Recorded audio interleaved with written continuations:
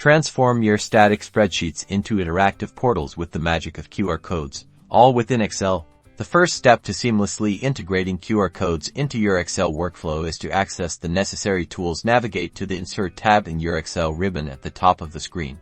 Within the Insert tab, you'll find the Add-ins group. Click on Get Add-ins to open the Office Add-ins store. In the Add-ins store, there's a search bar at the top. Type QR for Office into this search bar. This is the specific add-in that will power our QR code generation.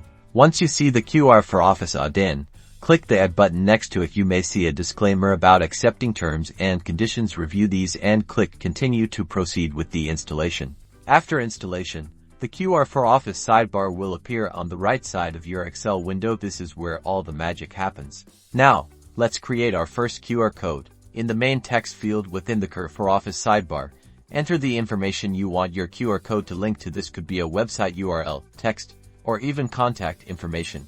Ensure the QR code type is set correctly, for example, to URL. If you've entered a website address, you can also adjust the size of your QR code using the provided slider or drop-down menu to fit your needs. With your information entered and settings adjusted, click the Generate QR Code button. Instantly, a QR code will appear within the sidebar itself.